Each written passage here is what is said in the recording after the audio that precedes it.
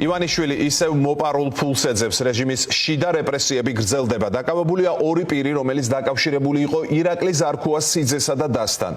ლაპარაკია კომპანია ლაგი კაპიტალზე, რომლის დამფუძნებელი გახლდათ ეგრეთ წოდებული დეპუტატის და ნინო ზარქუა. შემდეგ კი წილი 50% საკუთარ ქმარზე, ყოფილ ფეხბურთელზე ალექსანდრე ამისულაშვილზე გადააფორმა. საქმე ეხება ტენდერებს, რომელიც სწორედ ამისულაშვილის თანამფლობელობის დროსაა მოგებული. რამდენიმე თვეში კომპანია გასხვის და სხვა პირზე და საინტერესოა, რომ ეს მოხდა უსასყიდლოდ. გამოძიება ეხება მილიონებს. საგამოძიებო სამსახური მიუთითებს, რომ მოქმედი და ყოფილი საჯარო მოხელეების გამოვლენას აპირებს.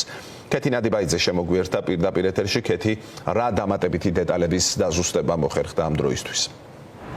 პირველ რიგში დავიწყებ იმით, რომ ეს არის საკითხი, რომლის შესახებაც მედიას არაერთხელ გულაპარაკია. ჩვენს არქივში არაერთი რეპორტაჟი იძებნება, სადაც კორუფციის მკვლევრები, მასწავლებლები, მოსწავლეები და მათი მშობლები სკოლების და ბაღების მშენებლობის ამ პროექტთან დაკავშირებით ეჭვებს გამოთქვამდნენ. წლების განმავლობაში ეს თემა რჩებოდა საგამოძიებო უწყებების ყურადღების მიღმა. ქართული ოცნების მთავრობა კი გამუდმებით თავს იმართლებდა. ახლა კი ირკვევა, რომ კომპანია ლაგი კაპიტალთან დაკავშირებული ეს პროექტები აღმოჩნდა კორუფციულ სქემაში. ორი დაკავებულიდან ერთი არის კომპანიის მოქმედი დირექტორი ბესიკ ბერძენიშვილი. მისი დაკავების შემდეგ კიდევ ერთხელ გადავავლეთ თვალი ამ კომპანიის ბოლო წლების ხელშეკრულებებს და 2023 წლიდან ფაქტობრივად არც ერთი, არც აღმოსავლეთ, არც დასავლეთ საქართველოში შესრულებული არ არის. საქმე ეხება ჩოხატაურის, ოზურგეთის, მცხეთის, ნინოწმინდის, დედოფლის წყაროს, ახალციხის, ახალქალაქის, ბათუმის, თიანეთის, გორის და ხაშურის მუნიციპალიტეტების სკოლებს და ბაღებს. ჯამში, როგორც ფინანსური პოლიცია ავრცელებს ინფორმაციას, 12 სადავო შესყიდვა, რომელიც 30 ბაღს, 4 სკოლას და ჯამურად 94 მილიონ ლარზე მეტის ტენდერს ეხება. რა ვიცით კომპანია ლაგი კაპიტალის შესახებ? მისი თანადამფუძნებელია ქართული ოცნების დეპუტატის ირაკლი ზარქუას და ნინო ზარქუა. ის ფლობდა 50%. წლების შემდეგ ეს 50% მან მისცა ქმარს ალექსანდრე ამისულაშვილს, ანუ ის ირაკლი ზარქუას სიძია.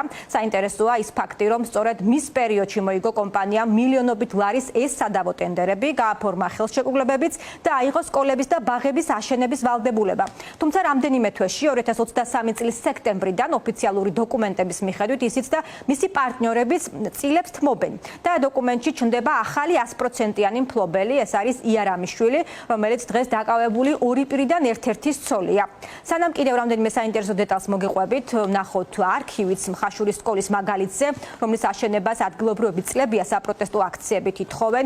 იმართებოდა ადგილზე აქციები, რამდენჯერმე გადაკეტეს გზებიც.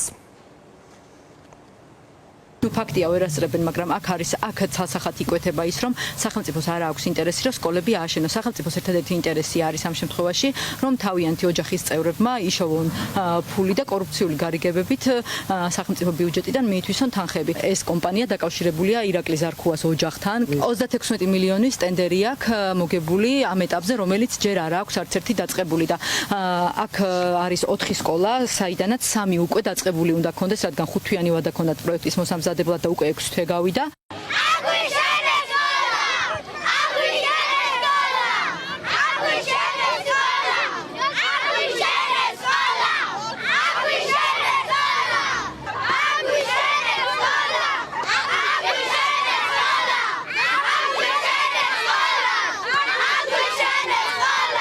რამდენჯერმე ვიყავით თბილისში ინფრასტრუქტურის სამართლობის.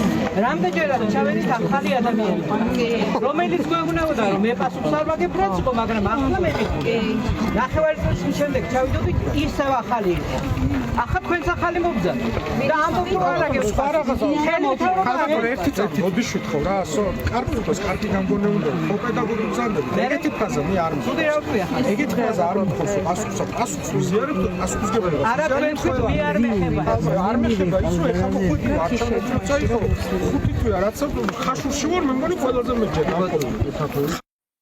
ასეთი ვითარება იყო წლების განმავლობაში, როგორც გითხარით, სადავო ტენდერები კომპანიამ ზარქუების ოჯახის მფლობელობის დროს მოიგო და ხელშეკრულებებიც გააფორმა, თუმცა რამდენიმე თვეში კომპანიას მფლობელები შეეცვალა და საინტერესოა აქ ის ფაქტი, რომ სამივე მეწილემ, მათ შორის ირაკლი ზარქუას სიძემ საკუთარი წილი უსასყიდლოდ გადასცა, ანუ აჩუქა ახალ მფლობელს.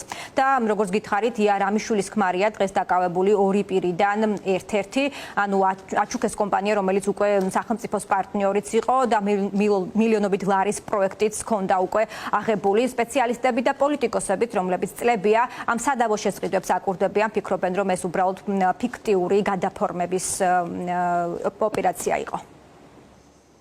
ზარქუასიძემ ვერ შეასრულა ვერც ერთი ასე ვთქვათ ხელშეკრულებით გათვალისწინებული პირობები 33 მილიონი ლარის ღირებულების ტენდერი იყო ყველა სკოლა და ბაღი დაშალა მაგრამ არც ერთი არ აუშენებია 12 მილიონი ლარი მიიღო ავანსის სახით ამ ადამიანმა ოღონდ არაფერი არ გააკეთა ხოლო შემდეგ უკვე კვალის დაფარვის მიზნით ეს კომპანია უსასყიდლოდ გადააფორმა ფიზიკურ პირზე რომელსაც არანაირი ასე ვთქვათ ქონება არ გააჩნდა და შემდეგ უკვე წასული იყო საქართველოს ფარგლებს გარეთ. ეს რა თქმა უნდა თავიდანვე იყო კორუფციული გარიგება, ეს იყო კორუფციის შემცველი მაღალი რისკის ტენდერი. ეხლა რაც შეეხება აღნიშნული გამოძიებას, ეს აღნიშნული გამოძიება ადასტურებს კლანთა შორის ბრძოლას, მაგრამ ასევე ადასტურებს იმას, რასაც ჩვენ 3 წლის განმავლობაში ვუმტკიცებდით ქართულ ოცნებას, რომ კალაძის მეგობარი ზარქუასიძე არის კორუმპირებული და ეს ტენდერი იყო კორუფციის გზით გაფორმებული ტენდერი და მიითვისეს სახელმწიფო თანხა.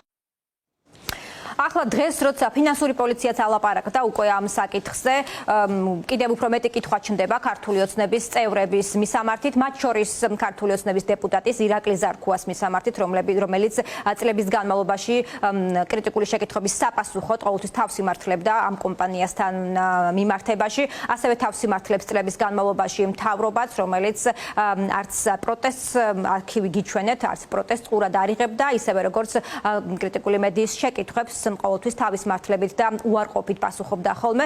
ახლა ფინანსური პოლიცია უკვე იძიებს საქმეს ყავს 2 ბრალდებული. საინტერესოა როგორ გაგრძელდება ამ საქმის განხილვა, რადგან დღეს უწყებაში ოფიციალურად და საჯაროდ დაადასტურეს და დაანონსეს ისიც, რომ გამოძიება გრძელდება და შესაძლოა ბრალდებულ პირთა წრე გაიზარდოს, როგორც ყოფილი, ასევე მოქმედი საჯარო მოხელეებით.